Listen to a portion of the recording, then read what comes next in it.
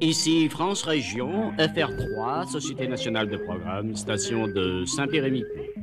Mesdames, Mesdemoiselles, Messieurs, bonjour.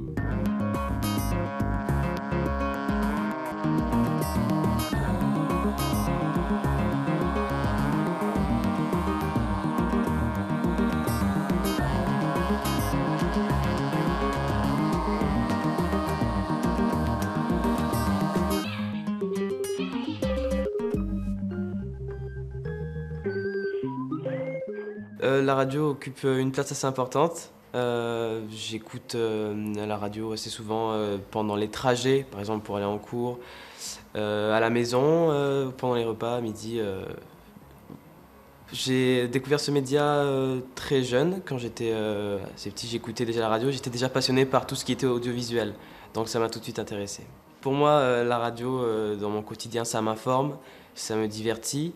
J'adore écouter des chroniques, que ce soit sur l'actualité, sur des faits, voilà, des astuces. Il y a une grande diversité dans la radio et c'est ça qui me plaît. Quand j'étais plus petit, j'étais un grand fan des jeux de radio. J'appelais tout le temps et j'ai d'ailleurs même participé à une émission de radio étant plus jeune. Ça s'appelait Nouvelle Vague et c'était présenté par Anne-Laure Martineau. Et je venais pour parler de l'actualité. Je faisais même la météo, l'éphéméride. Ça durait toute une matinée entière. Pour moi, ce qui fait la force d'une radio aujourd'hui, c'est la découverte. C'est-à-dire qu'avec une radio, on a par exemple des chansons qu'on ne connaît pas, et donc ça nous permet de découvrir de nouveaux morceaux. La radio, c'est le deuxième média le plus écouté.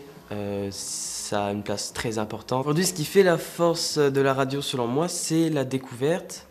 Donc les chansons ne sont pas forcément programmées par nous. Donc découvrir de nouveaux morceaux, c'est toujours quelque chose de bien. C'est le média le plus écouté après la télévision. C'est un média où on ne voit pas les choses, mais on les entend. Donc je compare ça souvent au livre.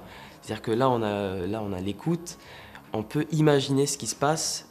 Et les jeunes de mon âge attendent de la radio l'information. Ils adorent être au courant de ce qui se passe dans le monde.